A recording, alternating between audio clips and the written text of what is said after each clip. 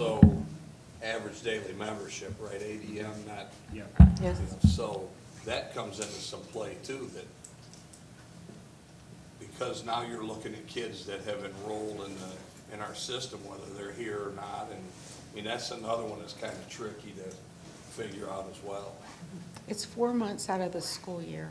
I want to say it was month 5, The first month, and the third, third, and the 6th. seventh, and the average of some of those other months. Right, it's a weighted average. Okay. Well, let's now turn, we've talked just a little bit briefly, just an overview of our revenues. And again, Dr. Birkin's already done a good job of giving us a spreadsheet that has even more specific information. If you want to look at each individual revenue source other than just the state of Tennessee, local taxes, you all can definitely look into that. So let's turn to our expenditures. And it looks like first you've got a spreadsheet for us that does a very detailed summary over the last 10 years of our expenditures. Now, this is 141. This Yes, is our. this is 141. This is our general fund. This is not federal expenditures and things like that. This is just our main fund. Yes. And so, again, board members, if they want to have an opportunity, they can look at each one of those specific categories and tell what has happened over the last 10 years, whether it's gone up or down, Right. So to Right. speak. And again, those, where you've got breakdowns of regular education program, and there's a number associated with it, and then you got vocational education. Those are not just our classifications that we came up with. This is, the state has Yes. told us this is what classes of, from a budgetary standpoint, that we want you all to use. Yes. Okay. Yes. All right. And And then if you- you've also done a graph, I think, on the total expenditures. Now, this is not the individual sub-accounts within the general fund. This No, this is is the a total. total expenditures. And we can also look at that from a graphic standpoint of how the expenditures have also increased over the last 10 years as well. And then again, and I'm going to open the floor to more detailed discussion if everybody wants to talk about any of these things in particular. What I want to do first is just kind of go through the big picture first, and then if everybody wants to pick out some trees to talk about, I'm going to open the floor to that. The next thing that you've done is you've looked at our budgets, and that's what we're kind of getting into the season of looking at our budgets. Now, I guess we just need to point out, first of all, the budget is it's an estimation, or more of almost kind of like a theoretical number, as opposed to what the actual expenditures are, Well, or actual revenue. I think the best way to look at it, in my eyes, is it's just like you all at your homes. You have a budget, right? You know that your paycheck or the amount of money you bring into your home is this much money. That's how much you have to spend.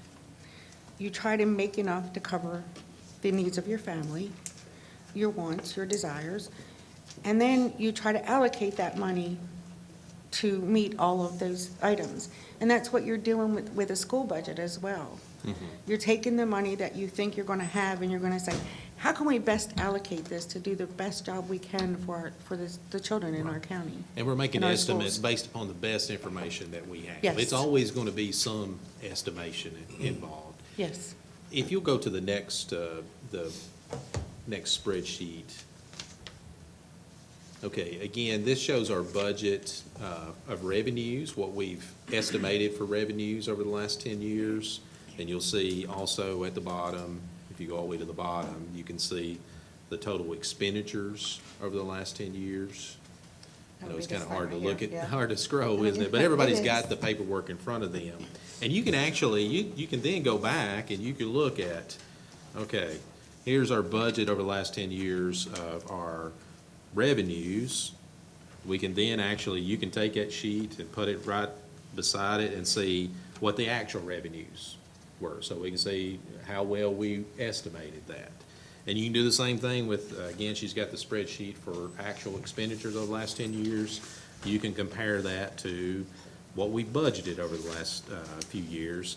And for example, we've been off a little bit. And we may open the discussion to that a little bit more, or maybe you can kind of help us to understand that a little bit more. But just for example, if we look at actual revenues. On the next spreadsheet, they're actually side by side if you look Okay. at it. There is one that's actual to budget for Even each year. easier. So just, you're making life very easy for us. So you can actually see, and you've actually added a column where you can, it tells us whether we were over or under for each Yes. of those 10 years. Yes. Okay. And some years we were, our betting was pretty good, and some years we were a little bit Now, off. the top is the revenue, and then if we move down to the bottom, it's the expenditure. I put them both on one so you can look at what the revenues were compared to the expenditures for each year. On this, just on this particular Yeah, spreadsheet. and it's tough. hard, but you can email all this to the members so that they can pull Yes. that up, Yes. so they can look at it. But would I be fair to say that over the last 10 years, for the most part, we have, I guess, we've overestimated our Yes. expenditures, We're coming very close. and It's we've, been one or the other. and we've actually underestimated our revenues somewhat over the last 10 years. So for example, let's see, let's look at revenue. Okay, so 2014-15, if I'm comparing those two, our budget, we budgeted 85.9 million. That's what we estimated our revenue would be. But the actual revenue is 87.8 million. So we were off about, going on Almost 2 million. And the same thing with our expenditures, and we can look at any, not just that particular year, but expenditures, say 2012 and 13, we estimated our expenditures were going to be 83.8 million, and our actual expenditures came less at 81.3 million, which is a good, I mean, if we were going to be wrong, this is the way to be, Right. I guess. So that definitely, the estimate was in our favor. It looks like just about routinely over those last 10 years. Can we talk about that a minute? Yeah, before we let's leave? talk about that, yeah. I think it's important that we understand revenues. In the past, up until last year, maybe, we had to figure out what a penny's worth on the tax rate for property tax. And maybe you can explain all that to us, Wayne. Oh, 'cause well, it's- Jim might be better at explaining than I. Our esteemed Well, colleague, yeah. it is just it's a best guess estimate. And what had happened in the past. Now, when you're talking about the penny, you're going back to that local revenue source. Right, Yeah. right, Property taxes. yeah. So when we talk about property taxes, in the past, what had happened, the county commission would say, all right, our penny is worth this.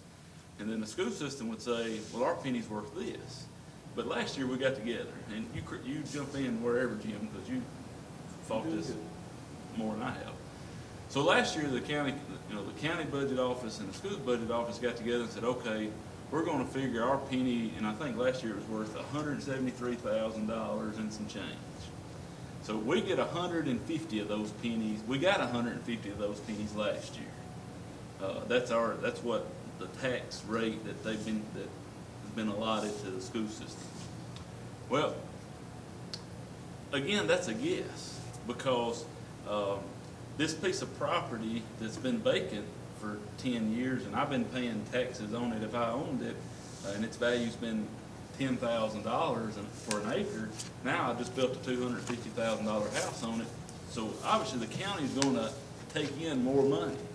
So now, rather than that penny being worth $173,000, this year it might be worth $176,000. We don't know.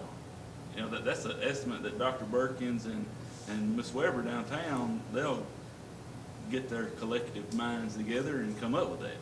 Now, the hope is that they underestimate that, because that means that our county's doing really, really good, which we are now, in my opinion. Well, that's a difficult part of it. In some ways, you're trying to predict the economy. Right. You know, what is whatever the sales tax for the local option, how much is that gonna generate? And that all depends upon how much money people spend that given year. So that's a hard thing to estimate. But I guess you can look at historical trends in some respect to try to have some reasonable estimate of what the revenues are. Yes, they'll look at historical trends and I think growth as well, the growth trends. Now, does the comptroller's office or does the state, do they give us any guidance? Do they give us data that says, okay, we're noticing the economy is increasing at this percentage, and so you're safe if you estimate next year you're gonna have this much of an increase in revenue? Even if the rate stays the same, the penny stays the same, the revenue will actually increase. I don't think that the state would want to get into that game because that would be opening themselves up for a lot of blame if it didn't. But now, I know they do that on a regular basis at the General Assembly. I mean, they are very, they will try to get it down to the nitty-gritty, the comptroller's office for the state. And that's where I was just thinking that maybe they did as a service to provide information to us. Historically, the dollars that we get from DEP from the state, that if they say you're going to get 56 million, you get 56 million. Yeah. Now, our local taxes and collections that we get, but like Wayne was saying, we can hope that we get 30 million, but we might, well, if they set our tax rate at 30 million, whatever the equivalent will be, that's what we're going to get. But we could get 34 million, depending on, we're the part of the guessing game. The state, we're going to get what they give us, period. Right, I understand. And I know maybe some of the people that have been here a couple of years can help with this. I know last year, when we went through budget process, you talked about this, if I'm not mistaken, historically, the numbers we were using for that were very conservative, if I'm not mistaken. And I think last year we kind of looked at it better and I got with the county, and it was still conservative, but a little closer to maybe what people really thought we were going to bring in. I mean, is that how that happened last year? Well, there's always that question. You can go to a county commission meeting, and you can bet when they start their budget process that somebody's going to say the exact same thing, that whatever numbers they use for their penny value, somebody's going to say they're conservative. Okay. And I'll agree with them, but that and a nickel will buy you a piece of gum. Because it is still an estimation. Right, it's an estimation. Now, if I'm sitting in Dr. Burton's shoes or Miss Weber's shoes downtown, you can bet I'm going to be conservative because my hiney's on the hook Yeah. if I miss it. Well, and I think that's a good way to be conservative whenever we're trying to make these estimates. But I think it needs to be a reasonable, if somebody is just saying something just for the sake of saying it, and it doesn't really have any basis, they can't point to this data to say, this is why my opinion is, then it's just, it's no better or worse than. I mean, that was kind of my point, but is it from again, I'm going back a year when we had the discussion, that was what I took out of the discussions we had last year, that we knew we had a very conservative number, and we really knew that we had more money coming in, so therefore. Well, I think you're talking about sales tax more than property tax from our discussion last year. Okay. About being conservative. But did you guys use a 3% escalation last year? Wasn't that what you? Okay. So, and that's probably, I'm guessing that's what. That's a typical. Right. That's what I figured that they'll use this year, that they'll add 3% to that penny figure. But the other side of the equation to me, there's two big chunks on the local side. There's property tax and then there's sales tax, and then there's all these other little ones. But the two big ones, the other side of the sales tax, and I think that's what you're talking about, David. I thought we were using a conservative number sales tax wise last year, and so that was where that conversation got started. Now you can look at our sales tax revenue so far this year, unless something's happened in the last month, and people could say we used a conservative number last year, but we didn't. What that tells me is that Murray County is doing very good economically because people are spending money in Murray County. So we're bringing in more money than we budgeted for, which is not a bad thing. But the elephant in the room about that is maintenance of effort. Yeah. Because we can look at it and say, we're going to bring in $12 million, we're going to bring in $15 million in sales tax. And we could have the data to prove that. But if that increases our maintenance of effort, and maintenance of effort, and Jim's better at this why am I doing this? You're doing great. I'm serious. He's doing really good. You're doing good. Waiting on Jim to jump in. But maintenance of effort is basically local taxes, and simplified, the school system can never get less than they got the year before. And it really, that all goes back to this BEP, although I think they had maintenance of effort laws even before the BEP formula. But it's the state, that tension with the state, where the state is saying, Murray County, you're gonna have to foot the bill for 30%. We're only gonna do 70%. And what the state does, they don't want to end up in a situation where they increase funding. They say, hey, let's help the local schools out, let's increase the funding. And then the local groups say, well, hey, we can lower. And so that's what it's a state law. Right. The maintenance of effort is a state-driven law. But you're right, once they approve this expenditure, I guess the expenditure side of things. Now, revenues, maintenance effort only got to do revenue. Well, you're right, from the local, but Right. they're required each year to fund at least that amount. Now, I think there's some exceptions to that rule. It's not an absolute rule, but that's pretty Well, much actually, it it. is an absolute rule, but the problem is the teeth to that. Well, if rule. the state ever decreased their funding, that's where there could be a difference, but that's unlikely. Or perhaps, but, it's worse than violations of the sunshine law. Violate the sunshine law, and you just have to re-vote on what you voted on incorrectly. Well, if we don't make maintenance of effort as a county, then we get to sequester money out of our budget because our commission made a mistake. Yeah. The And state will not send the money. Oh, until- they'll send the money, but we have to sequester a Oh, portion okay. of our money. For instance, it happened like 2 or 3 years ago, and we were short maybe $500,000 of maintenance of effort. So the school board had to set aside $500,000 that we couldn't use that year because the commission made a mistake. But however, the state comptroller does say that if maintenance of effort is not met by the local funding body by about the middle of October, then your next round of BEP checks will be withheld by the state. Yeah. But the tricky part about that sales tax is, we can look at it, we were kind of aggressive on it last year. I forget how much we added to it, but to make it where we could give raises, that's where we found the money. We added our projections on sales tax. Well, that's a slippery slope because, like I said, we might could take and prove that, hey, we'll estimate that we're going to take in $15 million this year sales tax. Well, if we budgeted last year for $12 million, county commission's going to look at it and say, whoa, you're increasing your maintenance of effort by $3 million. So you kind of have to play that game there, get all you can get, but they're not going to let you get any more than they have to because they're on the hook for that money. As soon as they vote that in from forever, they got to come up with that money. So I don't know, Dr. Perkins probably looked at them, but I was told that our sales tax numbers for the month of December still looking good like they have been all year long.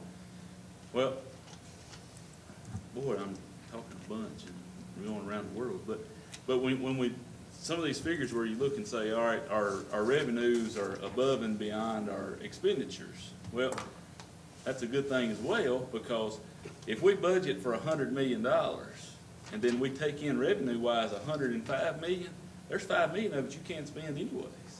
That $5 million is automatically going into fund balance. You can only spend what you budgeted.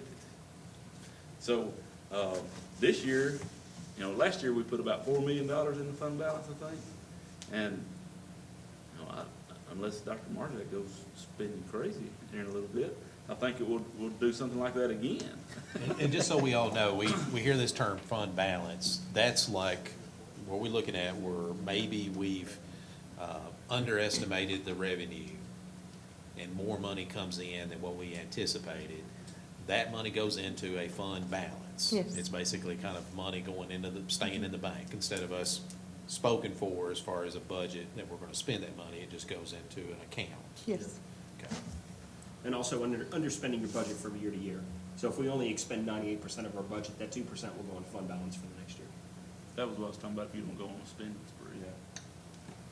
Okay. Take your seat.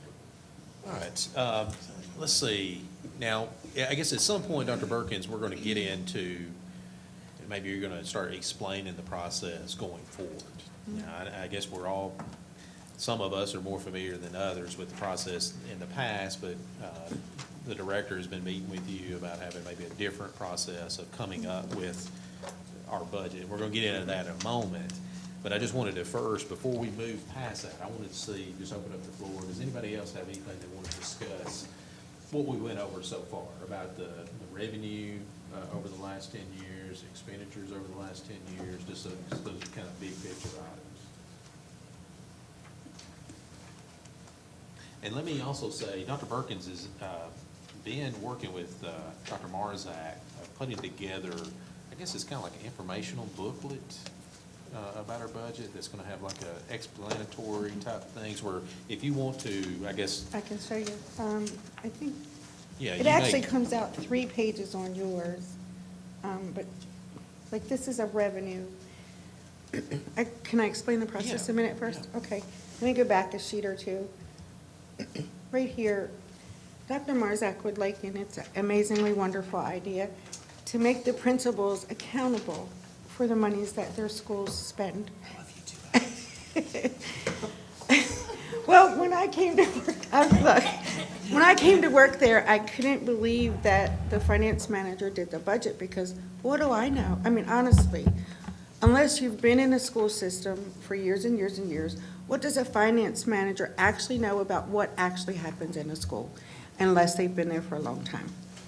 So, to me, every other job I worked, each department, it was business or, like I said, nonprofit, each department presented a budget. And then we came together as a committee and looked at those budgets and decided whether they were good or not. So Dr. Marzak came up, he decided that the schools were going to be accountable, the principals were going to be accountable for each school's budget. So this first sheet, I just put up one sheet. Each school is going to get a little workbook, kind of like I have here, but it's going to have a separate sheet for each account that school has in their budget. So for their teacher salaries, for their benefits, for their supplies, for their library books, all that, they're each going to have a separate page. And they're going to be given the number, if I'm correct me if I'm wrong, Dr. Marzak. It's okay, go ahead. They're going to be given the budget that they were given last year for each line item. They're going to be told that. And as you can see, I've written on here, the budget for 17 will be what they were given last year. The budget for 16, it's there. It's going to be the same, but I was just trying to show you how the spreadsheet works. And then I also have decided to add what they spent in 2015, because they may not know actually where their money is, what they've spent it on. They may not have really a good idea of that. So I want to put, okay, this is what you spent here, so they can maybe see, well, we spent $1,000 more on supplies than we did on library books. Maybe we need to move some of the library book money over so we have some more money for supplies. And that's what we're going to allow them to work with. They're going to be allowed to manipulate their budgets a little bit. Some of their budgets are set, like the BEP gives them a set amount, like the teachers all get $200, Some of those amounts are set. But some of them, they're going to get to choose. And we're going to tell them how many teachers they've had. And they're going to tell us if they think they need more teachers, those kind of things. So they're all going to be held accountable. And Friday, we're going to teach them what they're going to do. And then they're going to present their budgets to Dr. Marzak and I don't know who else, but, a group of us. And, tell us what they would like to have. Well, once we get all of that information from each school, we're then going to take it and we're going to compile it together into these sheets for you all to look at. And each of these sheets has a description. The first description tells you what that particular category is. So regular education. This goes back to this chart of accounts. Right, this goes back to the chart of accounts. This is Fund 141. For people like me that don't really understand it. So. I didn't either at first. People come throwing numbers at me. I'm like, wait a minute, let me look that up. And then each line item under that fund. Now, when you see that fund, that category is that 7,100, there's many things that are a part of that, like the teacher salaries and the benefits. And as you can see, teacher salaries, career ladder program. And each of these items will be put in here, and I think it's like 3 pages in your little thing. I didn't want to reduce it down too bad so you could see it. So each line item is in there underneath that particular category and with an explanation of what it is. So that's what we'll bring before you as the board to look at. This is what, you know, if we bring all the information together from the schools, this is what we come up with. And so what you have in our packet is just an example. Yeah, it's just an example. It's just something I made up.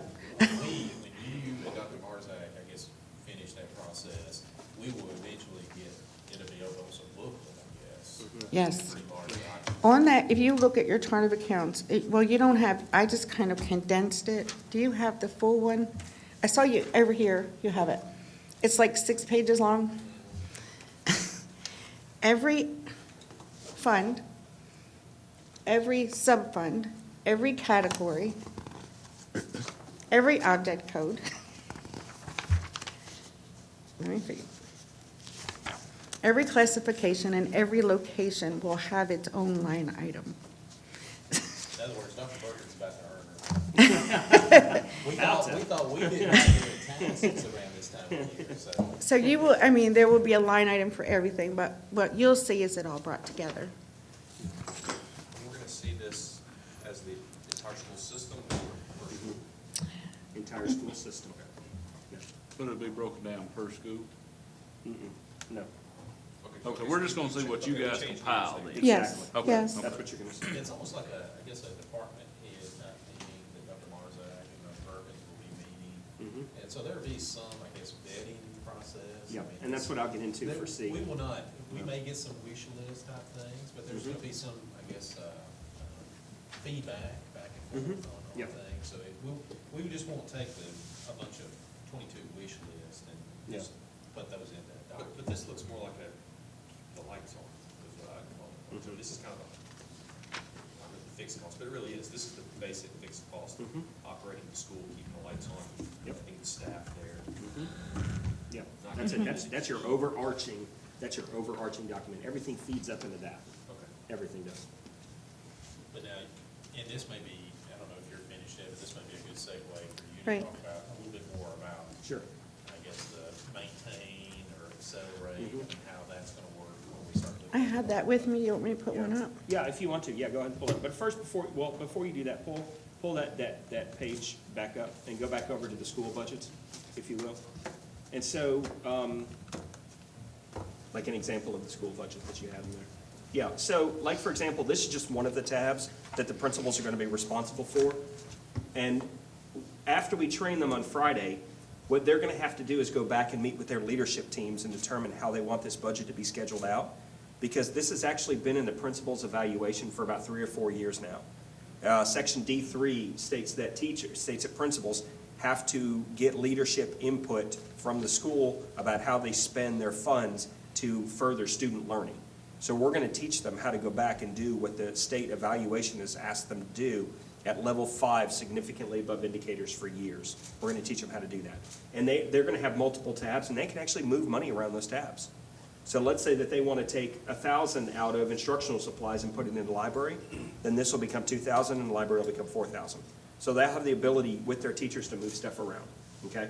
Now, what this is going to build up into is also budgeting for the keys to college and career readiness. Because while they're going to be trained about how to do their budget at their schools with their leadership teams, they're also going to get their skeleton scorecards, which shows their current levels of performance according to the keys that they're responsible for.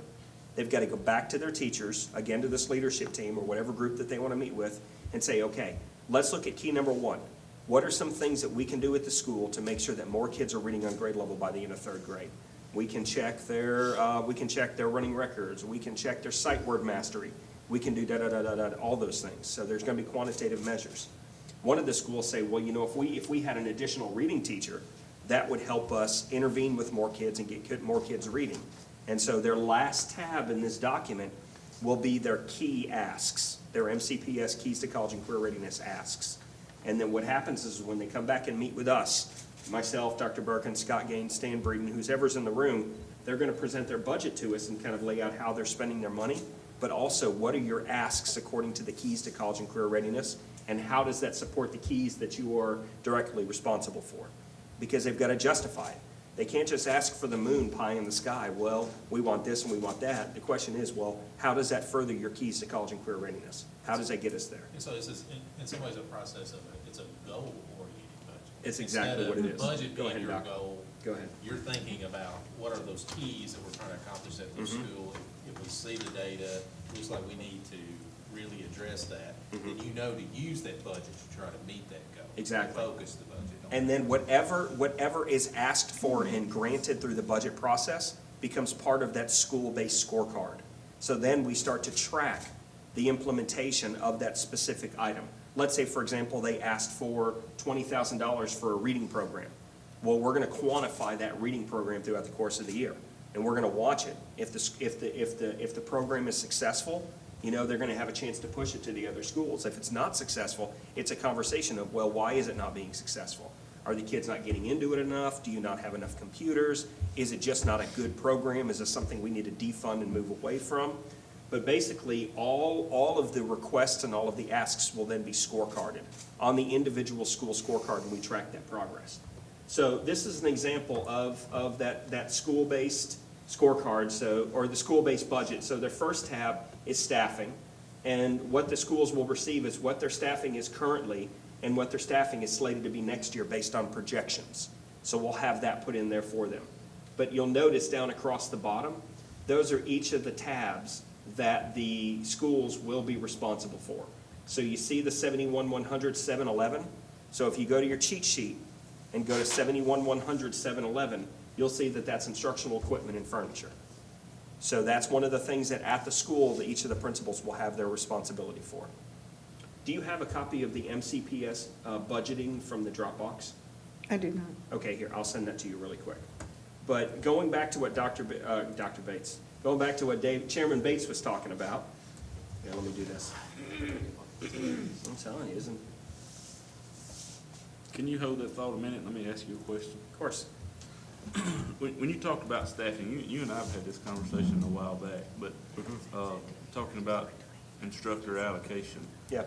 Are you gonna implement a system-wide template so that every school is the same? So that everybody's ratio is the same? Or close to none? What I'm saying, We're supposed to be operating within state ratios now. right, but what I'm saying, if, If a school comes in that's overstaffed, are we gonna take people away from that school and put them somewhere well, else? I'm not that much, but do you have a template to go by to determine where their staffing levels are? Yes, and that's the automatic formulas that are built into staffing. That's already there. We've already got that. Okay, I just sent it to Showing you. what the baseline is, and then if they feel like they need more and it's gonna meet the keys, they can request. Yes, they can request, yeah. In fact, the last tab, it says keys, and it has, if it's an elementary school budget, it says key number 1 and key number 2. Right. And so they have those, and then we can input what those cost calculations are, how much a teacher is, how much a coach is, how much an assistant is. We can figure all that But the stuff key in. thing is, it's not just, I feel like I need. No, They're gonna have to, when they come to you, they're gonna have to be justifying that based Yeah. upon the keys of what they're trying to accomplish. exactly. And so, Well, according, just like, go ahead. I'm gonna stop you again. So- Go. It's okay. But just like there, I don't know, this may be a fictitious one you have up, but, the very first one, kindergarten, 12.6 students per teacher, staff, whatever you wanna say that. But say that's school A. Well, what if school B's is, what if their ratio is 19.5 to 1? Is that, then gonna be balanced out? Well, my recommendation would be, do not balance anything out until after the 20th day of school, because while these are projections, Right. we don't know how many kids are actually gonna show up on day one. Right. So when we start to get into this, it's gonna get a little bit tricky, especially if we have to move people around the district. Let's say that you wanted to teach at Randolph Howell, but not enough kindergarten kids came in, but now there's an opening at Culleoka. You have an opportunity to take that position or be displaced. Because what the state of Tennessee says, you're entitled to a job that's within your certification area, just not necessarily at your school. And so when we start to look at enrollment shifts and we start to look at moving things around, that's gonna get a little bit sticky, but it's what we have to do. And the reason I asked that, if you, That's why and I I'm asked maybe you. getting off in the weeds, but It's okay. if you look at,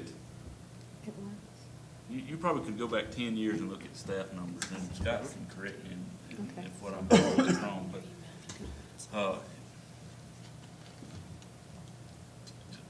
from my little pea brain looking at it, our staff numbers have increased at a greater rate than our enrollment numbers have. Would that be safe to say, Scott, or is that?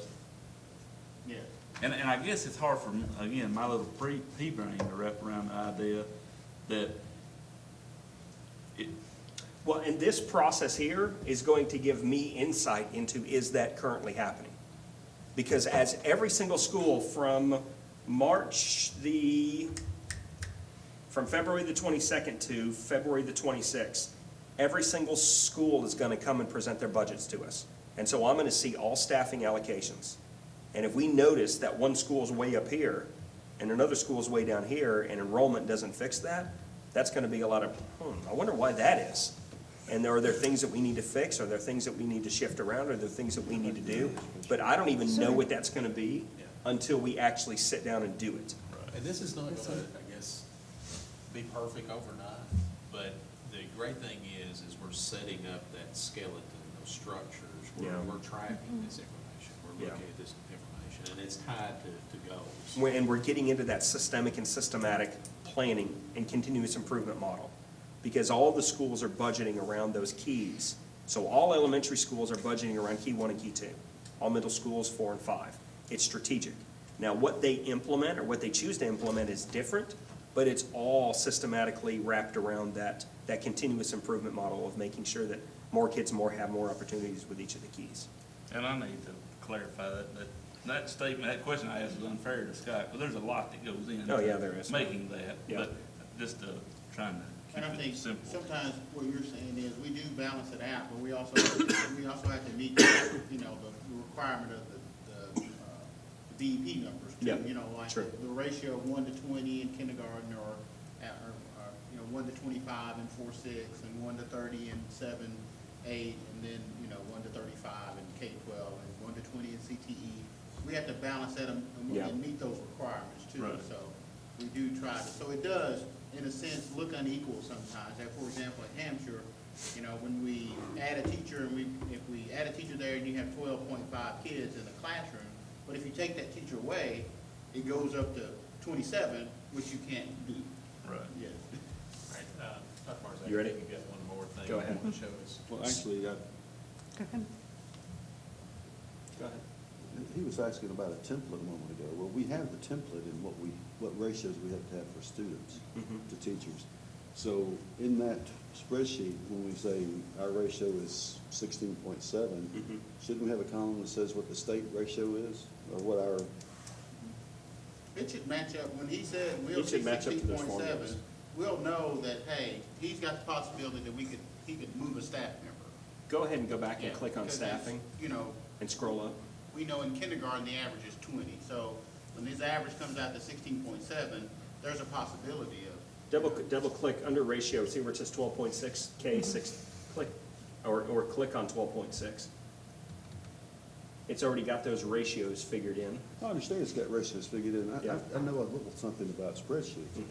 Shouldn't we not have what the state says our ratio has to be for kindergarten there, so we can see at a glance whether we're under it or whether we're over it? That's the template that we're talking about. I perhaps. see what you're saying. You're saying that we should input that information so the principals can see it? Yeah, that 1 to 20 or What's the whatever. ratio for kindergartens to teachers right now? The ratio K to 2 should be less than 20 to 1. Okay, 20 to 1. So if we have a ratio of 20 to 1 stated up there, and our ratio of 12.6 comes up in blue, well, we're good. But if we go to 21 to 1, we know right away that we've got a staffing issue. On where it says enrollment, Alice, 63, make that 150. Okay, so I thought it would go red if it went over the ratio. No, it's telling you what the Okay. ratio is I thought it at would that. go, I thought it would go to red if it was in the bad Teachers area. in conditional format? It's okay, go ahead and do that, yes, please. I think what Jim's saying is you guys know the ratios, but we don't. Yeah, true, good point. And even if Yeah. it goes red on here, when you guys start printing this out Yeah, and handing it to us, It'll be in black it's and not white. gonna be red, so. Right. I mean, I think I would agree with Mr. Morris on that. It'd be nice, again, sometimes I remember the ratios, sometimes I don't. I know 20, then there's 25 for the fourth Well, grade. and Anyway, when- it would be nice to have it there so that at a glance, a layperson such as myself can look at it. Well, and when the professionals are presenting it to you, they can say, hey, here's the evidence, here's the. So these are documents that are internal that don't come to you guys, Okay. Except for tonight. except for tonight. As an example, to show you what the, And to this show is you why what, I don't wanna bring it to to show you what the us. schools are gonna be doing. Well, I So, just thought you could use it Here it as, is, you'll never see it and maybe you will, but I thought you could use it as a tool to say, okay, this underperforming school, A, has a ratio of 19-1, but this highly performing school has a ratio, our highest performing school has a ratio of 16-1. So that's our target, that's what we want. You know, we as a system, and maybe we as a board say, that's what we want our ratio to be.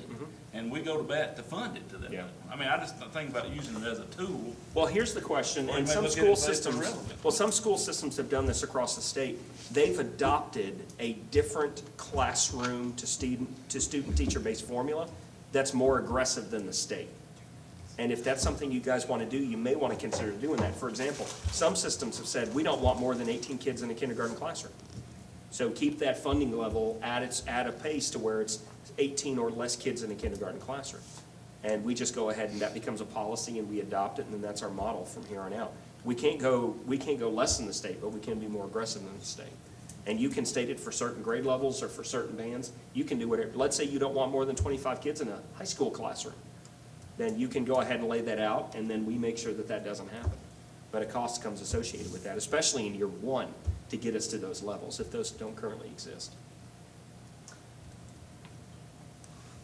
But I think what Mr., and I don't mean to put words in your mouth, but you Put 'em can't in. make that decision unless you see this, is what you're saying. Right. You want to see Marvin Wright versus Randolph Howell's ratio so that you can determine whether, and I'm pulling up two, God forbid. That's a really good example. Okay?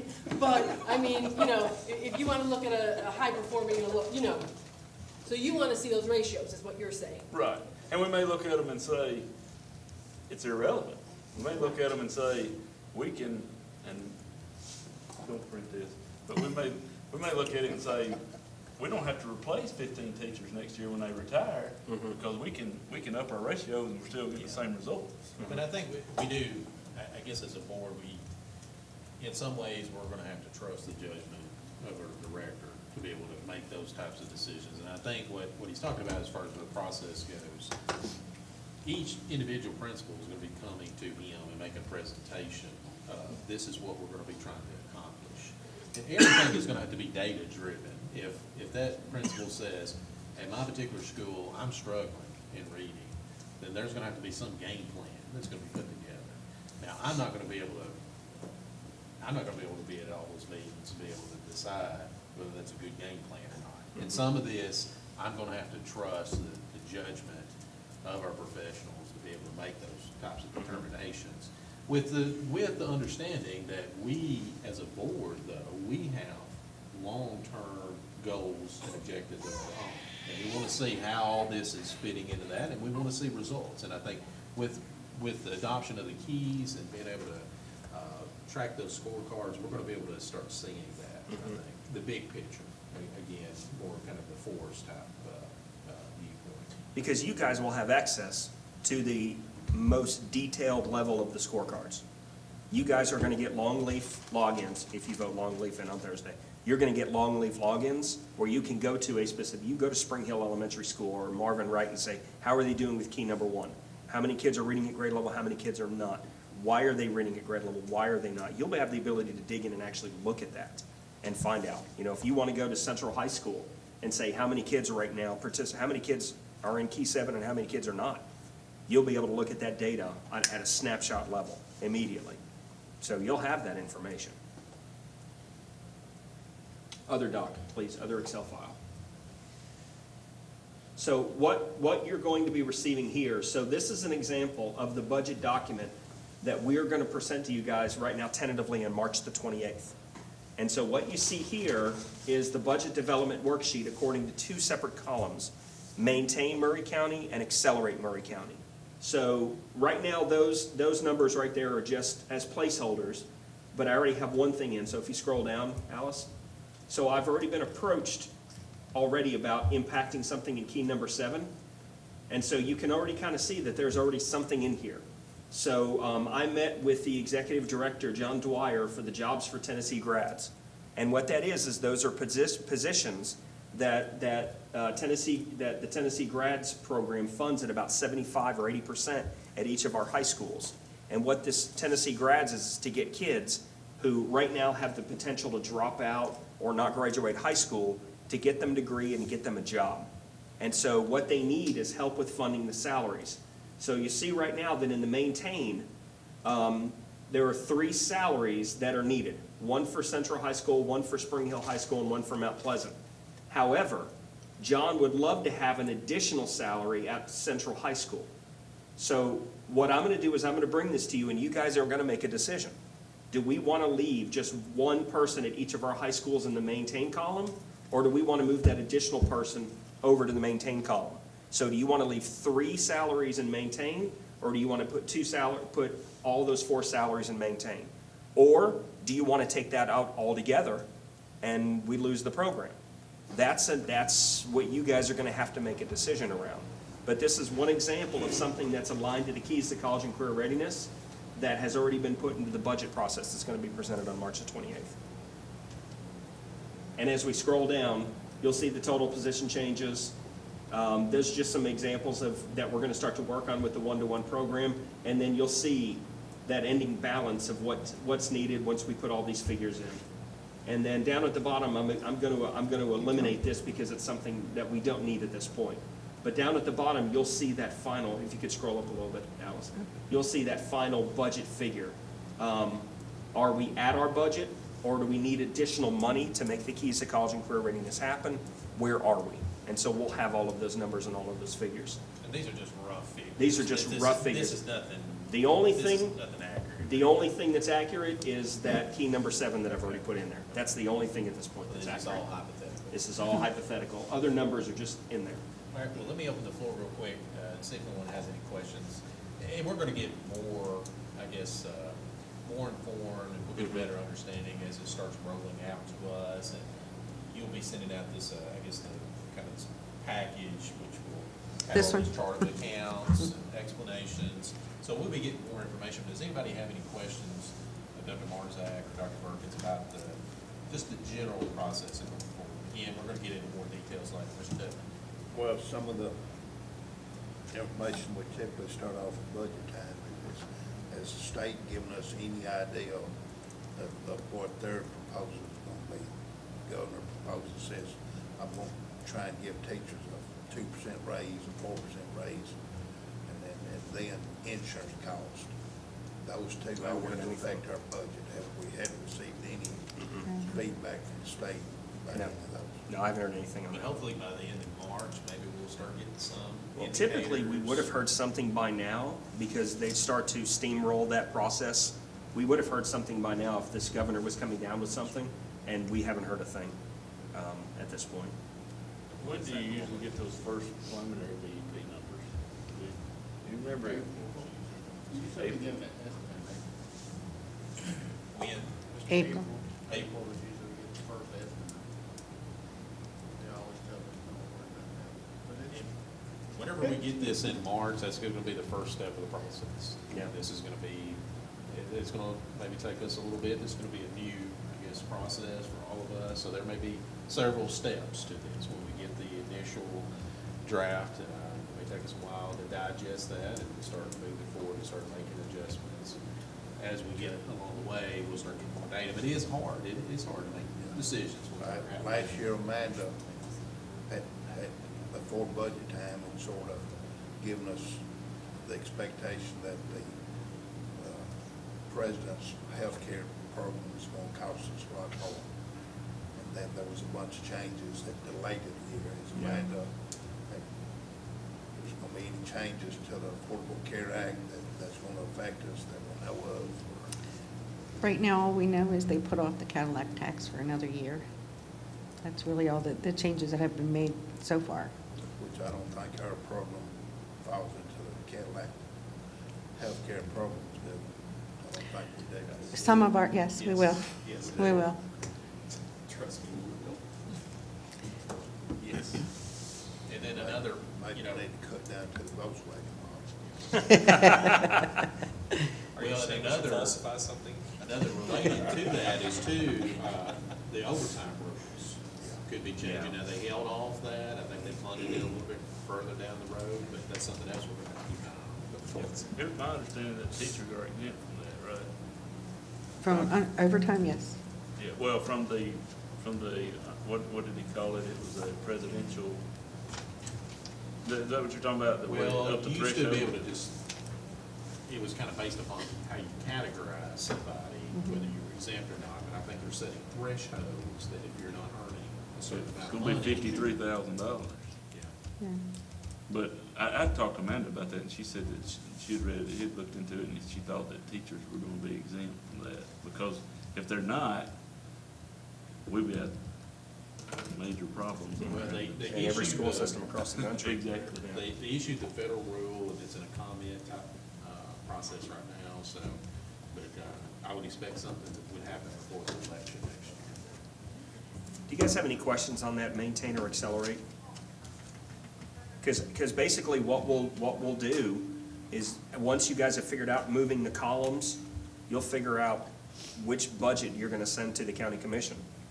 And it's either gonna be, we talk to the media and, and Chairman Bates is gonna say, I vote that we send on the accelerate budget to the county commission, because I think it's what we need to do moving our county forward, or I vote that we send the maintain budget, because this is at least what we need to do now to maintain what we currently have in Murray County. Put me on the record already. Sorry, don't write that down. But to Mike. be clear on that, Yeah, we may move, like you said, we may Yeah. actually decide something that you're calling accelerate. We may decide, no, that's as far as board, we decided that's True. what we consider to be the standard, so we're gonna call that actually the maintain. true, yeah. I mean, is that what? You I'm guys are hearing? making, you guys are gonna make that decision on which budget, what we call that we send to the county commission, yeah. And you may find some places under the maintain part where if we move money from here, we can fund this accelerate part out of the maintain, so. Yeah. And can you define maintain? Maintain to me is do basically what we're doing now. We just keep doing what we're doing. So it's kind of look, for example, to the Job for Tennessee Grads one. If we just have 3 jobs for Tennessee Grads teachers, it's kind of what we have now, we just kind of keep on going. However, based on the numbers that Jobs for Tennessee Grads noted, their one person at Central is way overloaded with the number of kids that need it. And so we'd be able to meet more kids with that additional person that we fund at 20%, and they fund at 80% or 75, 25, however it goes, and be able to get more kids inside that net and impact more kids meeting key number 7. That's the idea. Anything else on the general topics we've been talking about? If not, we're gonna move to some of the specific items that board members indicated they want to talk about. First item we have, looks like Ms. Parker and Mr. Laster wanted to talk about grants. And our grant writer.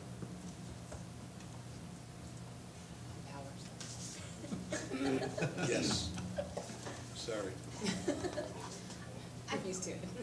I guess what I was thinking of for that was, a lot of times we get proposals for grants, and the decisions have already been made how it's gonna be spent. It's okay, you're good. She's laughing. Okay. Yeah. How it's gonna be spent by the time it comes to us. So I was just wondering, the way I look at a budget is there's 2 ways to, make your budget, either make more money, revenue-wise, or cut an expense. Yeah. So what other, we have certain grants that I think we expect to get normally. What are we doing to look outside of those normal grants that we expect? It just depends on what what grants we are eligible for. We try to look at, there are a lot of grants that individual schools apply for, like those ones that fund, they fund projects. Right. But the bigger grants, instead of Tennessee, the state or the federal government sends one out, and then, of course, sometimes they do have certain guidelines, and then I guess we probably could do if something came out that was big, we could come to you and say, hey, here's what it's saying, but most of those are they're above and beyond what you already have. So like, we couldn't take a grant and replace something, you know what I mean? Right. Supplant, yeah. Well, I guess kind of what I'm thinking is, education grants, there's corporation grants, that I'm just wondering how, especially if we're gonna try to look at going to a one-to-one initiative, it would seem like there's some of that kind of money out there, and I would imagine there is for some other programs too. So I was just curious with our grant writing, because I know I've had conversations with Kim before as far as, you know, the grant writing aspect of her job, and I know she may feel like she's tied up a lot with the PR side of it. So, you know, but to me,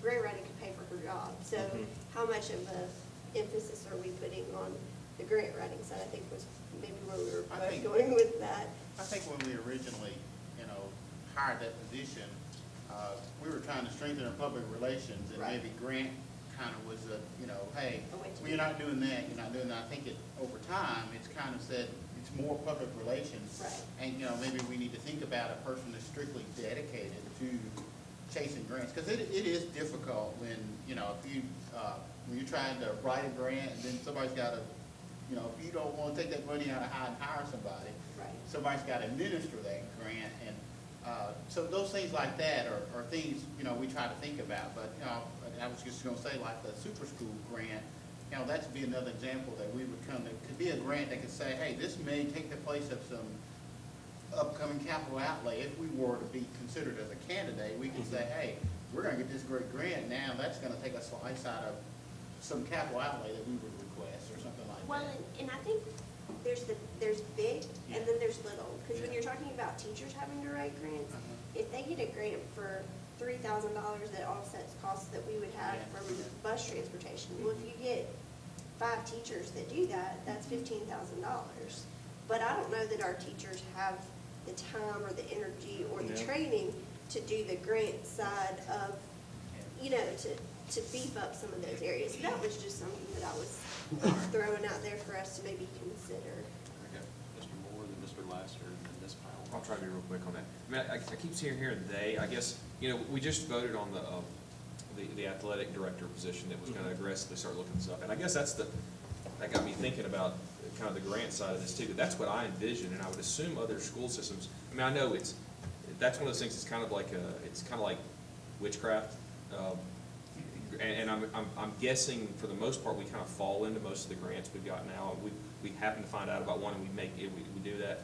It just seems to me, it seems like to have somebody really aggressively going after those would more than pay for itself, and be able to help us really. I mean, that's their job, is just go out and seek out from small to large, and to really coordinate that whole process. To me, seems like you know, I don't like spending money, but that seems like one that really would be money well spent and then some. So I guess that was my thing, and I didn't know if that was something that our director had in mind of maybe going that direction. I guess, again, we're doing it with, you talked about doing it with the athletic, and, you know, coordinating some of these things. That just seems like a natural fit with kind of the model we're moving towards. No, not yet. That's something that really hasn't come across my radar yet. Because in most of the districts I've worked in, it's never been a huge return on investment. Really? It's been a lot of time. And you maybe didn't get this grant because your friend reduced lunch status is at this level, and it needs to be at this level, or you didn't get it because there were other urban systems that were applying for it and they got it.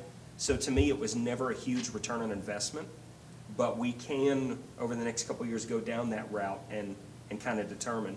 Kind of getting back to the one-to-one program, I mean, it's pretty much local endowments. If you work with local companies and local businesses maybe like GM, or we work with SciTech, or we work with IB Tech, to really help us fund the program, but there's not really major corporations out there that are willing to fund a one-to-one program in school systems. If there was, there would have been a school system that found out about it by now, and we would have known.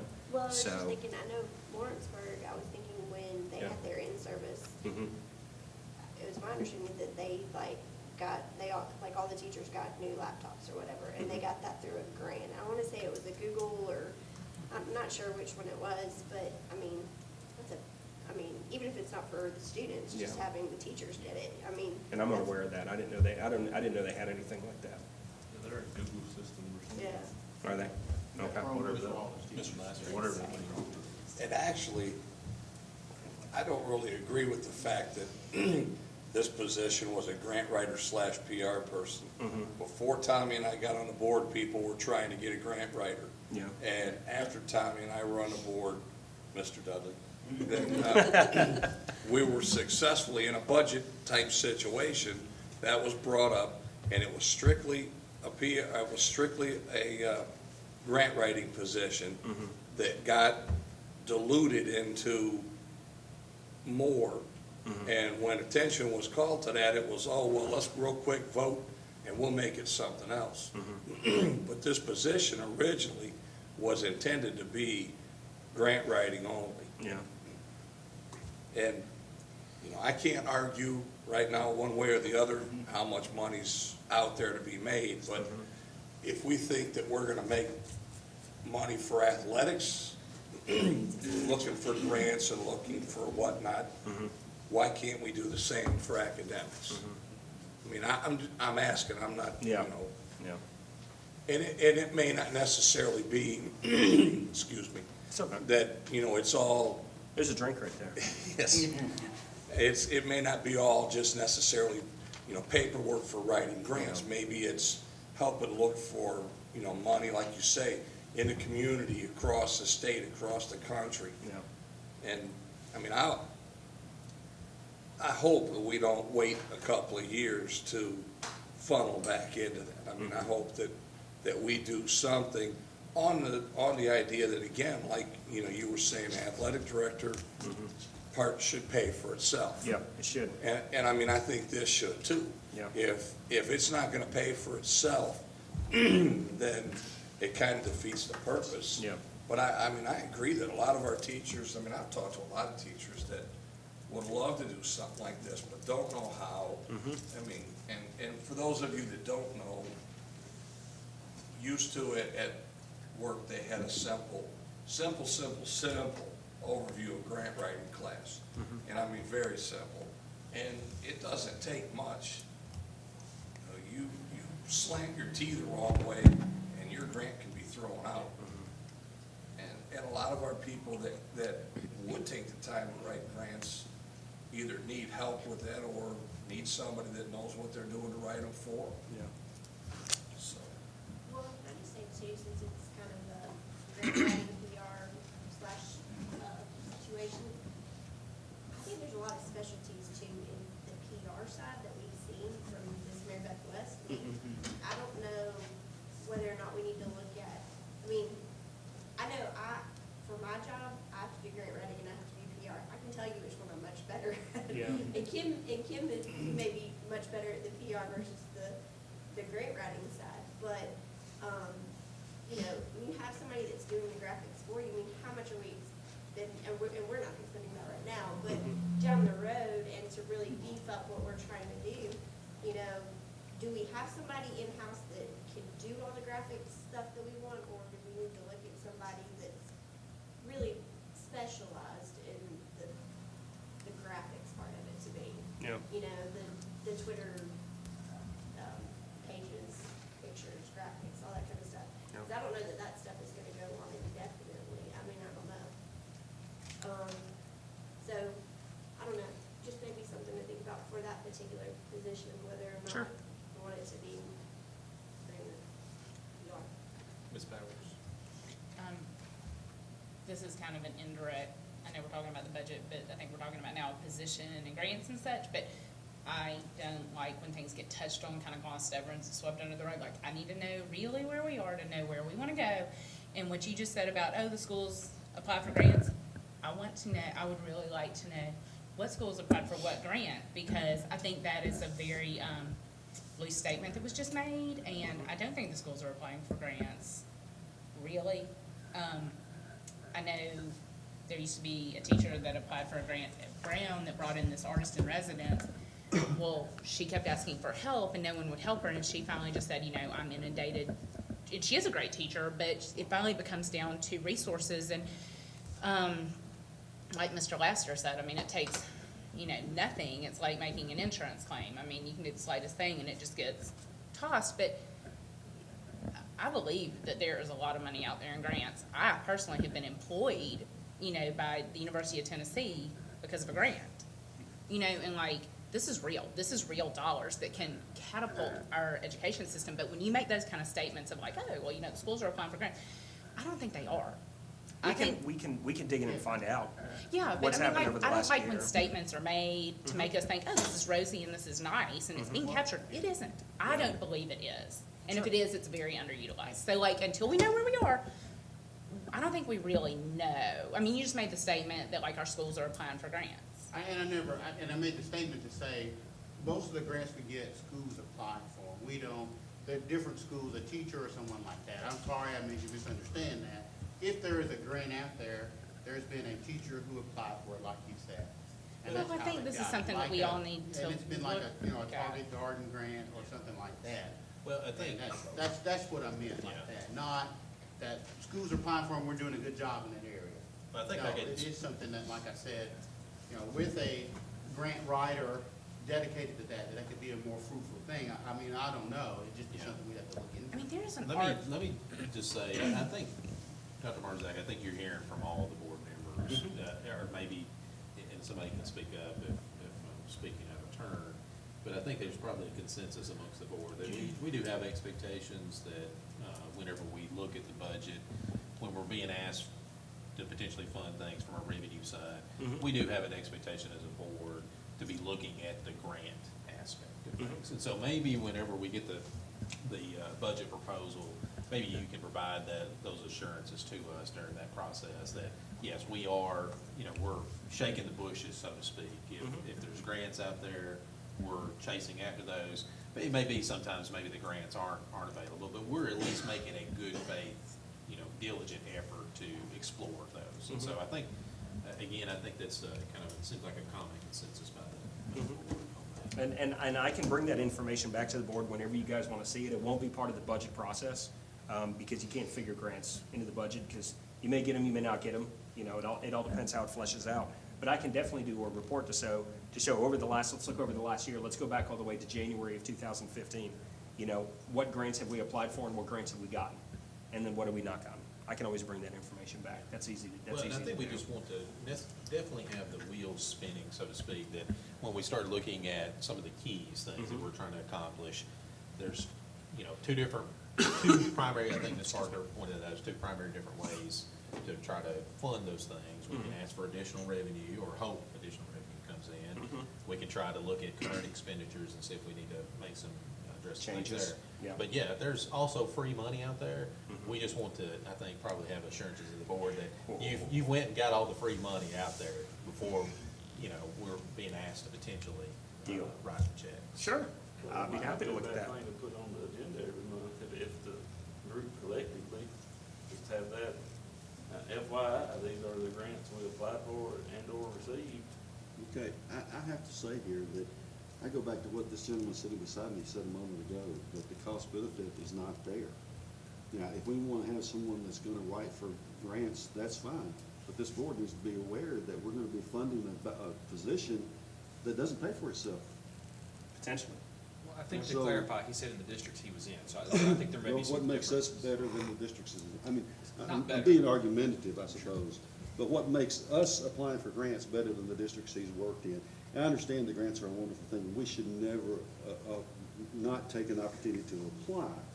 But I don't think there's that many grants that they're gonna come flooding in there just because we're shaking the trees again and making a really good effort. I think that we're gonna be disappointed. I'm willing to try, but we need to be aware that it may not be a self-supporting position that we ask for. I just don't like when you call something one thing and it is not that. Kim as a grant writer is a very misleading title. And I don't disagree with you there. I'm just saying that if we want to have a grant writer, I think it's going to be $40,000-$50,000 of salary and benefits that we're not gonna see a return on. And we could potentially, if this is a tree that you do want to shake, we could potentially look at maybe a stipend type position where it's a half-time salary, $25,000, $30,000 a year, and you've got to get at least $25,000 or $30,000, and it's kind of like a pilot thing for 1 or 2 years, and we see how it goes. And if we get 20 grand, but we paid 30, then we lost 10,000 in the whole pipeline. We'll But have to pay us back. yeah, I know. Somebody would. I think More David. all I would, Go ahead, David. I'm I sorry. mean, all I would ask, and I agree with Mr. Morrison's points on that. I mean, all I'd ask is some information. I think what most people ask for at this point is some information, which I don't feel like we have. No. To know, okay, what is out there? And And if it turns out that it's something that, you know, statistically, we're gonna pay $60,000 for an employee and it's gonna have a return of 30,000, doesn't even meet the 60, then we probably need to look at, okay, Yeah. that's not something we need to go any further on. But at this point, I don't even have the information to be able to know that. Yeah, that's what I was saying about, just kinda, Why don't I bring the information back to you? you report every But I now think and the then, also, but again, I think the other point with that is the current PR/grants is an odd marriage of Yeah. jobs. I would say really she's more of a grant assistant than a grant writer. She helps, she gives input, she gives feedback, but she doesn't actually write the grant. For example, there's one right now with athletics that Tim Wood is currently going for at CHS, and she's helping him write the grant and trying to identify what it would meet and stuff like that. But Tim's the one that's writing the grant. She's assisting Tim with writing the grant. So so I would say it's more of a grant assistant than anything at this point. All right. Any more discussion on the grant? Talk all night on that. Let's move on to public relations and / media, Mr. Lassiter. And some of this may have been along the same discussion. Some of this is along the same lines, but other than the director of schools, I think everybody deserves vacation and break time. And director, you don't get, No. No. You're I've been working on full-time. the snow days. so looking at that, one of the things that I've kind of been disappointed in is the fact that because of the shared responsibilities and whatnot, this position cannot be done justice to, because there's too many times that things are going on that we don't have anybody there to cover. You know, and like I say, I mean, it's not fair to say, well, sorry, that you can't go on vacation because of this or that. I mean, that's just the way life is. And, you know, personally, I know that we're not in a big urban city here, but, you know, this again, to me, this should be farmed out to somebody that there's multiple people that on a given day, if somebody's on vacation, if somebody's sick, then there's people here to everything from writing articles. I mean, we need to be aggressively hitting the newspapers, you know, not waiting for them to come to us. We need to be writing articles, and not just for the Daily Herald, but, you know, you've got Spring Hill, you've got the Tennessean, you know, you've got other places around.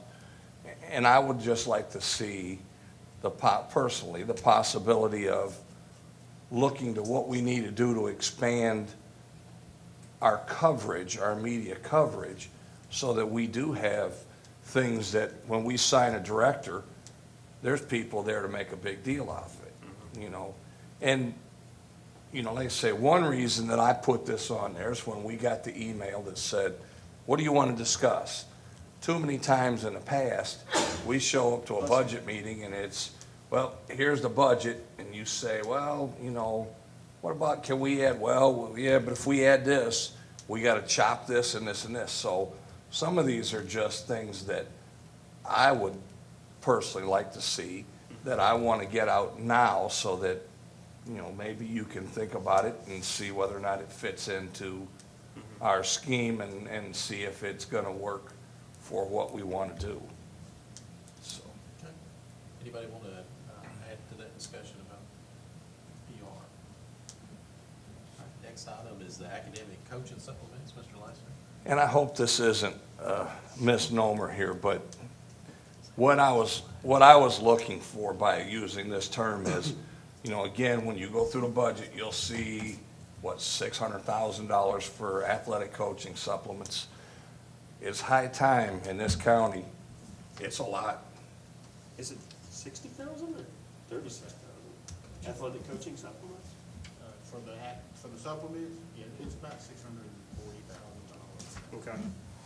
So I just saw it when she did it up there earlier, Gotcha. that's why. Anyway, I think it's time that countywide, that we start looking, if you want to hit your keys, then we need to get kids in programs other than during school. We need to get them after school, we need to get them in science clubs, we need to get them in, but fun things. And if people are gonna say, well, it's not fair for an athletic coach to take time away from their family, an extra time out of their life to go coach a sport, it's not fair for an academic coach to have to take time out of their life and to do the things that they do and say, well, you know, thank you for doing that, but maybe we'll give you some extra cookies on parent-teacher conference day. I mean, if we want these people to step up, and there's a lot of teachers that are great teachers that would spend a lot of time, but we have to start compensating them as well, other than just saying, thank you, good job. Yeah. And I've seen the kids, I've seen us have early morning history classes, and kids show up that it was kind of like, originally it was, well, this group of kids would be interested in this, why don't you come? And the next thing you know, you had kids that weren't even invited begging, and they were showing up early for school to come sit in the classroom to listen to history. So, I mean, the kids will come if we do this. And I think the teachers will show up and they will, you know, they already do a great job. But again, I think that we need to compensate them and get them, you know, get them what they need so that they can actually put out more than what we're getting. So with academic coaching supplements, are you talking about our 3 new positions that we're No, about to start hiring no. for? And that's what I said. That part, I'm talking about our regular, Just hiring teachers to do Not- extra things in the schools, after and before school? or compensating the ones we have to do extra things. So yes, paying our teachers, or, you know, as far as that goes, as an example, you know, where you as well, or, you know, if you can go teach at Lipscomb, obviously you can teach, we know you can teach high school kids, but let's say you wanted to do that. Thank you. Yeah. Then I had my Well, doubts, I'll be honest with you. I had my think the doubts, high but keep school going, kids Jerry, would be I'm sorry. harder. I think the high school kids would be harder. It was difficult. But anyway, you know, I mean, open it up to people that, hey, you know, we need help here, and we need coaching for science clubs, you know, because and you've got FBLA, you've got, you know, all these different things that go on that we could use help with. Yeah. One year, Tommy might remember, it's been several years back, we had a football coach that took part of their coaching supplements and hired a math teacher to help teach math. Yeah. So anyway, again, that's just part of the things that I think that if we look at doing this, Yeah. that we can, you know, we can up the performance and we can see not just better test scores, but we can see better students coming out the other end. It basically, it's about $25 per hour per person is basically what we pay teachers when they come back during the summer and do PD or take on those extra responsibilities. It's $25 per person. And then, of course, you know, taxes come out of that, FICA, all of that stuff.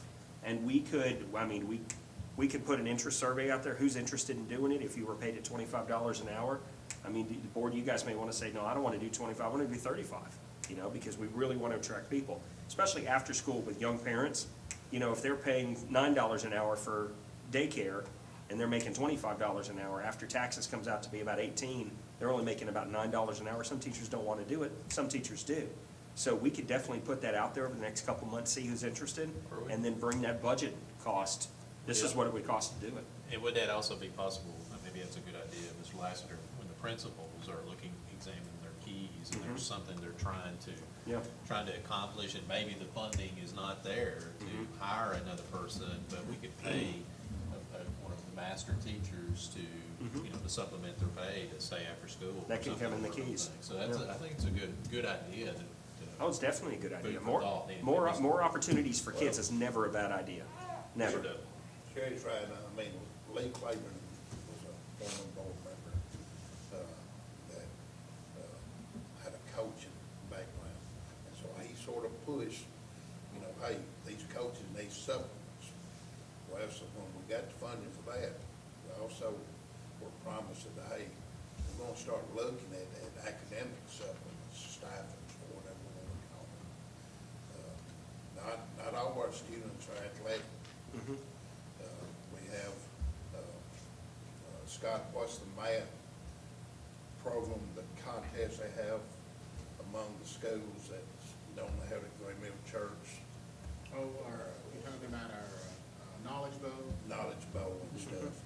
You know, those teachers that are helping bring those students along, they deserve a stipend just like a coach deserves a stipend. You know, they put in a lot of time after hours and we need to try and find a way of giving those employees some additional funding. And so the economy went bad and we had a sort of drop. And I think we need to try and find a way of having some academic stipends or supplements or something.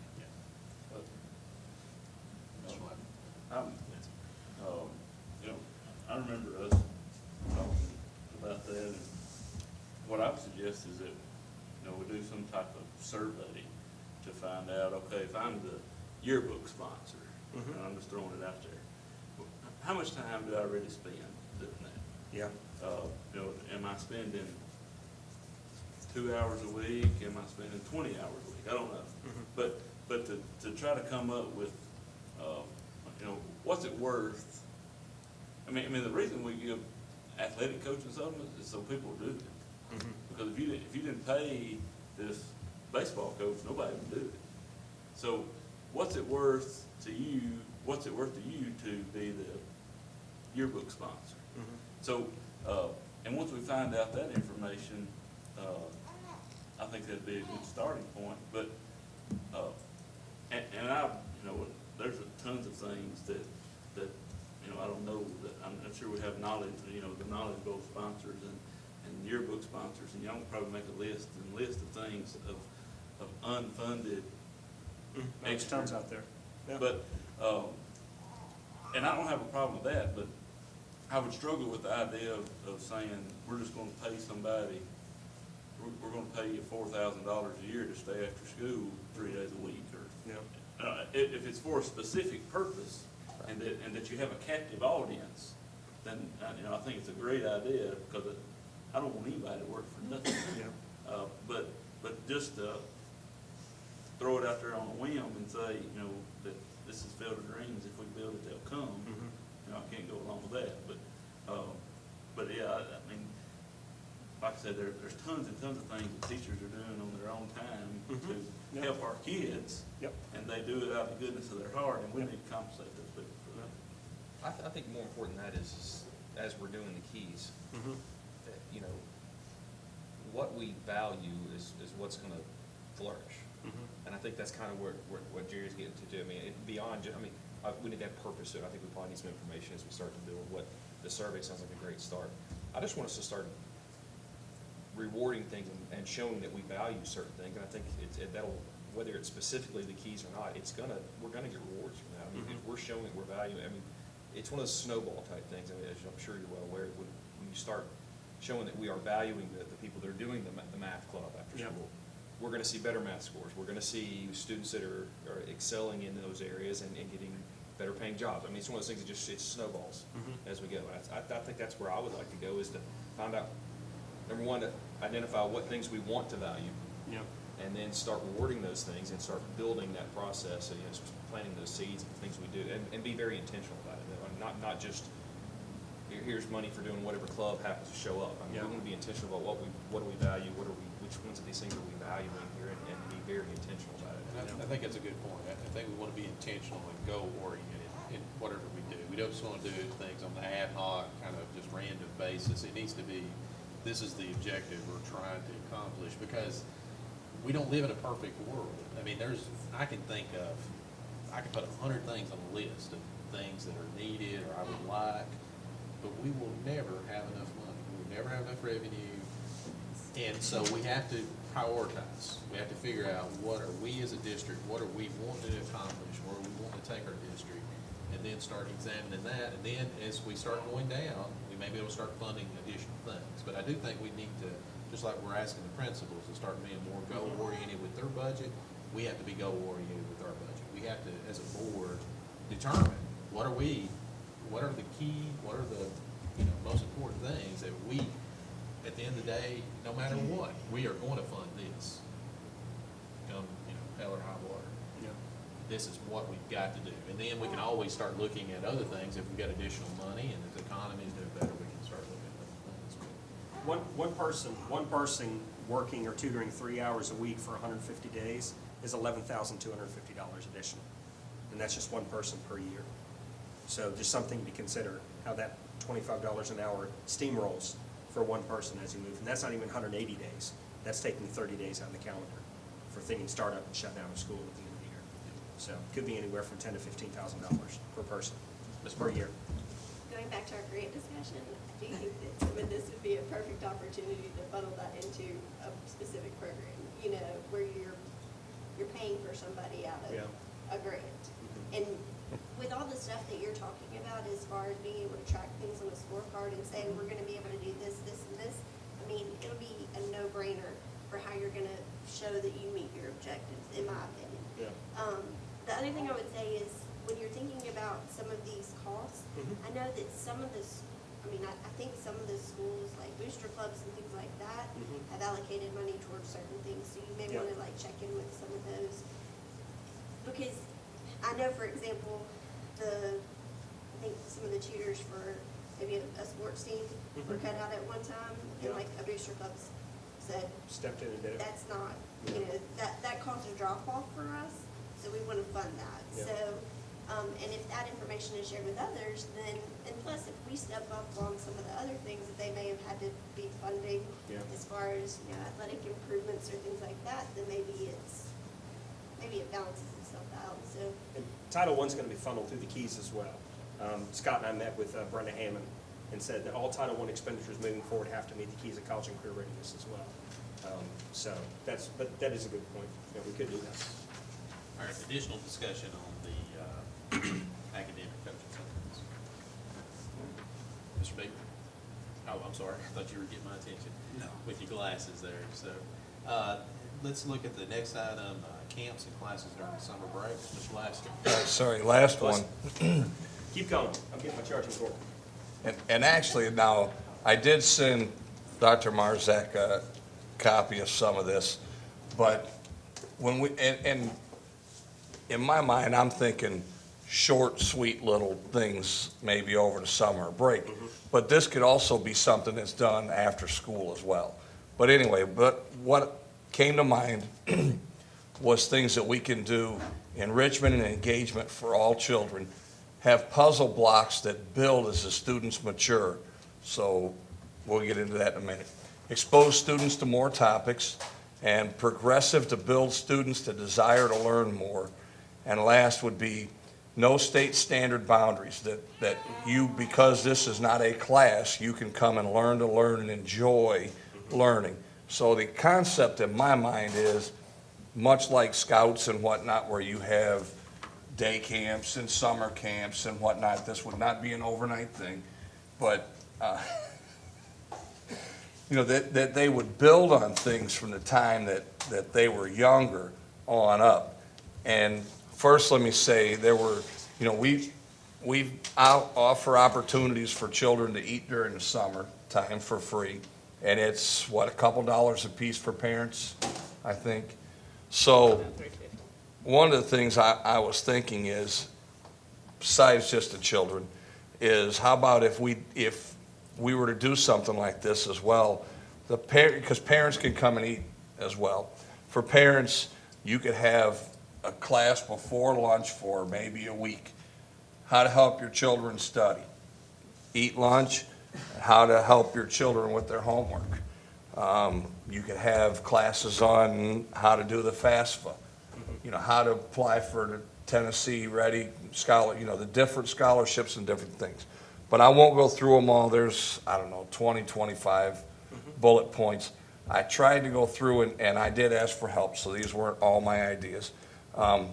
Everything was tried to be, what's the term we're using now? Problem-based learning. And it could be anything from creative writing to computer skills to art to robot camp. I even put in, it's like CSI camp, some mock trial stuff, which I know we have mock trial groups, but in my mind, I was thinking a week or 2 week long deal in the summer. And a lot of this would be to get kids, and like I say, just start the elementary school kids, just kind of expose them. Middle schoolers, expose them a little more, and when they get to high school, set the hook and reel them in. And now they've had an opportunity to say, I think I would like to take this class, but not just make it class-wise. Like CSI camp, I've got down that you would use reading, STEM, planning, problem-solving, creativity, art, research, and writing. Different things like that. But we even came up with things like wilderness survival. We're not talking bringing knives and hatchets and stuff, but you could teach kids, okay, guess what? If we have a tornado and the power goes out, or you're in a severe thing where you see people that are living in tents, or if something happens, how do you make a quick shelter? How do you cook outside? How do you cook? You could have a class, how do you cook, period. Now we're talking math, reading, all these things, but don't tell them it's a wilderness survival. Tell them it's like a zombie apocalypse survival course. Zombies being a term that preppers use for people that aren't prepared, that are going to come take your stuff. So, but teach them self-confidence, self-assurance, along with all the other skills. And like you say, that could even be tied together some of what we talked about for the other supplements. It doesn't always have to be an all-year thing. Sometimes it could be just short little bursts that just get their attention and get them to thinking and help them want to come to school, want to do things. Research, you could do some kind of research project so that when the kids then hit where they got to do a research paper in high school, they could say, you know what, I didn't like this before, but at least I know how to do it. Or they could be going along saying, this is real similar to what we did at camp. So I have an idea of what to do. But, all right, so I'm done. Thank you. Thank you, Mr. Lester. It's definitely thinking outside the box. Anybody have any additional discussion? Just love your passion. Way to go, man. If you could just work in the grant, pay for it. To pay for the camps. No, Realistically, again, we do $600-some thousand worth of athletic coaching supplements. All right? I mean, to me, this is a no-brainer. And there's money there, we can afford it, and this is gonna help. This has a potential to help every student. How are the kids gonna get there in the summer? I don't know. How do they get to two-a-day football practices? How do they get to band practice? How do they get to cheerleading practice and dance and baseball? I mean, yes, eventually it'd be great if we could transport them. Yeah. But, sorry, I said I was done. Any additional discussion? All right. Next, we're going to talk about looking at our current expenditures and potential savings. Borrow your list. To be honest, we covered a lot of this early on. I had some points I wanted to look at. Mainly it was as we're going, and there's some assumptions on my part. As we're going into a new budget process, and I think I may have said some of this before, I just wanted to make sure that as we are getting ready to go to bat, so to speak, in front of the county commission for this new budget, new process, I'm assuming probably some expenses because we've got the keys coming. We're looking to really focus on this. And there may be some additional expenses on that, as there already have been. I just would like to make sure, as I would do my own home budget, that we take a hard look at the areas. And I think you've already done some of that. You've already identified some areas that we've cut out and said, you know what, these are not aligned with what we're wanting to do. Yeah. Or maybe they just aren't getting the results we want. Yeah. So these are going away. I just want to make sure, as we move forward through the budget process, that as more of those come up, we don't just kind of stop talking about them because they're not there. And I know you're taking them out of some of them are going to be taken out. I'd like to make sure be intentional about these things are out, and we took them out for a reason. Yeah. And that way as we can explain this as we go through it, I guess I want to make sure that, I can explain, hey, we're doing our due diligence here. We are removing things that aren't getting us where we want to go, and we're intentionally removing them, and we're intentionally putting other things in their place. And I just want to be able to explain that, and I guess that was my point of this. I just want to have some of that as the discussion continues through the budget process, that we talk about those kind of items, that, hey, we took these out for a reason, and here's why. Yeah. Again, so that as a board member, I can be able to justify what we're doing and why we're doing it. And we've already started to make that process. That's one of the things that Chairman Bates asked me about Okay. when I sent out the Discovery Ed contract. Is there anything we can stop doing to find some money to do this? And we've already been in the process of that. Dr. Burkins has been closing out some purchase orders that were in there that they're just unfulfilled, they're not gonna be, and so that's gonna clear up. We discontinued Edmentum, which was Study Island, which is not aligned to TN Ready. So that money has now been funneled over to something else. So we're currently doing that, we're currently in the process of. But I'm really excited to sit down and listen to all the departments present their budgets, because I'm ready to find out the nuances of, okay, why do we do that? Do we need to keep doing it? And is that something that we can discontinue and funnel that over into something else to fund something else? So And I'm excited to learn. I do want to clarify one thing, and I don't want it to be misunderstood, that I don't want to micromanage that process. I know. I just want the information so that, again, I can say, here's why our director is doing these, and here's where we're going. This is very intentional. I think that what you're talking about, getting with those department heads and kind of playing with that would be great information for us to have some of that so that we can, again, justify what we're doing here. And I want to be able to build a strong case as I'm, again, we're advocates for the system. Yeah. I want to be able to advocate strongly for why we're doing what we're doing, and there's a reason for it, and here's why. And that also precipitated the reason to bring in Lean Frog. Because Lean Frog gets even deeper to find those things out. I mean, Dr. Burkins has been working with them, she can attest to it already to this point. They've made a few suggestions to us, like, for one, why do we write so many checks? Just, the hours we spend doing that when we can electronically transfer funds, things like that.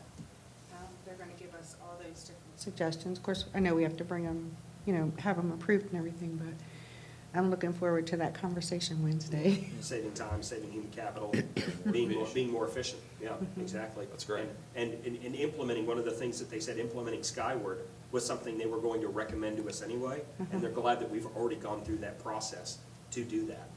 Because everything that we work through Skyward, the electronic transfer, approving timesheets by electronic versus a sheet of paper where you hand it to somebody and they have to sign, I mean, that's gone, that's gonna save time and human capital, so that's gonna be big. Again, I just wanted to mention that because that's one of the things that I just want to be able to, advocate for what we're doing. Sure. And know that, so, when a county commissioner asks me, well, you guys are just asking for this, and you're not, say, hey, here's why, and here's the things we're doing more efficially, and I think I'm leading by example. We're doing things the best way we can do them, and Right, and I those think- kind of suggestions are the kind of Right. exact kind of. I think that's a good point. I think we want to be able to provide the same assurances that we're expecting from you, that we are doing our due diligence to at least examine our expenditures and, asking those questions. I think it's a healthy process to just ask those questions, why? Sure. Why are we spending this? Why are we doing this? And are we accomplishing something by that? And then it kind of helps to engage our, minds to then think outside the box of maybe there's a different way of doing it. Maybe we're not really obtaining our objective with this. And so, Sure. But it would be good for us to be able to make that assurance to our funding body that we are looking at everything. We're being lean. Yeah. Yep. And efficient. Yep. And fraud. And fraud. Yeah. Any additional discussion on looking at expenditures? Mr. Moore, looks like you're up next with accurate budgeting. That's going to be, going back historically, and this is just something that I didn't, and I think some of this is going to be addressed in the way we're doing budgeting differently. I just know looking historically, there were some areas it seemed like we would always budget, just a number would get put into a category. Yep. And I think everybody's shaking their head, That's so why we're I'm probably so on this. excited about the new budget. So, again, and and that doesn't bother me as much as that I would see that we were historically always spending, if we're budgeting X, but we're always spending Y. So at some point, we should have stopped budgeting X and started budgeting Y. But you need to That was, remember, David, as we talked about earlier, budgeting X and spending Y probably will never meet. The one thing we know about a budget. I understand that, because I do budgets for my business, so I understand that. But if you're historically budgeting $200,000 or something, and you, for the last 10 years, have spent $400,000 in that category, you need to change your budgeting numbers. That's just a fact. So that's where I'm going with that. I mean, and again, it's going to cut down on budget amendments and moving things around. Again, that's what I mean by accurate. And again, you'll never be perfect on that, no. But if you do see trends like that, you should never be budgeting $200,000 or something, and every year going to spend $400,000 or more on it. Yeah, that's just not accurate budgeting. That's where I was getting to. Yeah. And I think too, I think in an ideal world, and we'll never get there, but it's a lofty goal, just like trying to get finished in an hour tonight. But we can always set lofty goals that, I would like for us as a board to get to the point where when we establish a budget, we go through, we roll up our sleeves, we put in the time, we put together a budget, and that's our budget for the year. That we're not having to go back and making a lot of amendments, we're not having to do a lot of things. Now, there's gonna be there's exceptions to every rule. There's case-by-case basis where we didn't anticipate that the expense was gonna be higher, or a program we should have thought about, or maybe a mandate comes in. There's always gonna be things when we need to come back and make an exception or make an amendment. But I think our goal ought to be, we go through the budget process, we put together a budget, the director comes to us and says, these are the things that we're trying to accomplish, this is the funding that I need to make it until the next year. That ought to be our goal. Not that we just kind of piecemeal it as we go throughout the year. Yeah. And that there's a lot of circumstances that makes things difficult with, with the commission and, when we actually get our budget and we're kind of like uncertain. It's a moving target, but we just have to try to do the best that we can. And it's also good for schools because it gives them a system of consistency versus what happens sometimes a lot is what we call flavor of the month. A central office supervisor or principal may go to a training and like, ooh, I like that program. I want to get that program going now. And they come back to the school and right in the middle of the year, they try to implement a program and we've been doing this and now we're doing this. And so this whole process of going through the keys and making those requests and scorecarding them gets away from that flavor of the month. Yeah, that may be the greatest thing, that may be cool, but you need to work to building in that to next year's budget. And after looking at, know what we're doing is not being successful. Because if you were successful with a literacy program and you want to go ahead and jump over to a different literacy program, why? And so one of the things I'm telling the principals is the scorecards inform conversation. So you have another program, well, why do you want to use it? Kids are growing. Why? So we have those kinds of conversations. Hit it exactly, thank you. All right, any other discussion on accurate budgeting?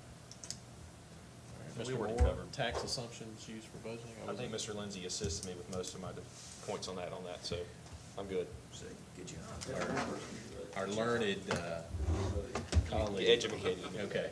All right, Wait, well. can I interject yeah, something on that? sure, I had a Ms. long Powers. conversation with Sonny Shackelford, so actually I had a fair bit of understanding as to what he was saying. And I just have to say, I think Sonny Shackelford's very open. If any of y'all want to explore that with him, I think the more rapport we have with the county commission, it's a good thing. So I would just encourage, if any of us have questions as it relates to the county commission, call him. Yours, or any of our Sonny, but I walk away with a lot better understanding. Yeah, and I'm hoping too, it's a good point, Ms. Powers, I'm hoping that as we start getting into the March timeframe and we start putting together a draft budget, I would like to have a standing invitation of all the county commissioners to be at our meeting, to see the data that we're going through, to hear from us of the goals that we're trying to accomplish, because I think sometimes a lot gets lost in the message whenever we get to the point and we actually present the budget and it's just numbers. There's no facts, there's no reasons, there's no goals behind that. So I would love for them to be able to come to our meetings and to hear from the director of this is what we're trying to accomplish. This is why we are asking for this or we're doing this. So all the whys will be there. So. Well, and I think what you're calling accurate, I'm calling logical. That does make logic. If kids are succeeding, I just think counting and logic. I hope that we can strive for accounting logical. All this should make sense, and we should just have answers, and we should all know where we are, where we're going. I think that's kind of what we're all striving for. But I think we're all coming on the same page more than we have in the past. And what I hope working through David and helping Sonny Shackelford understand is, with all these requests that the schools come in, we're going to try to do our best to tighten up our belts to make them happen. Because as we know, innovation doesn't happen in central office; it happens in the schools. So we're going to try to do our best. But if we have some really good things that are going to impact the keys, and we've done as much as we can to move around the budget, but there's an additional, that's what we'll be asking for, is that additional to make the keys happen as per the community requested. We're not just going to ask because we want the money. we're gonna ask because those are things that the schools have identified as high yield strategies to meet the keys. Well, and I feel like we've made huge strides into opening those doors for conversation. I mean, I the agree. 2x2 and things like that. I mean, you know, I sat at the table at lunch and, you know, had great conversation with people that I otherwise wouldn't have talked about. They were talking about what they saw in the school. Like, this is all of our responsibility to keep that conversation going. You know, go to lunch, go to a school, invite them, hey, do you want to come I mean, I hope that we all take that responsibility very seriously. Well, and I think at the end of the day, we all have the same things in mind and at heart, and that's the kids, the students of our county. And I think that's our mission, that's our vision, educate every child for life, and I think we're getting there. Okay. Well, and sorry, but this does excite me. I mean, today I ran into another community leader though, and like, we just had, there's so many people working together. And I think it is a new day in Murray County, not only in the schools, you know, and this is exciting to me, but I hope that we can keep pushing forward in these relationships. Any other discussion? Hearing none, is there a motion to adjourn? Oh, yes. Motion made. Second, all right, all in favor say aye. Aye. We're done. Hey, David, when I was in my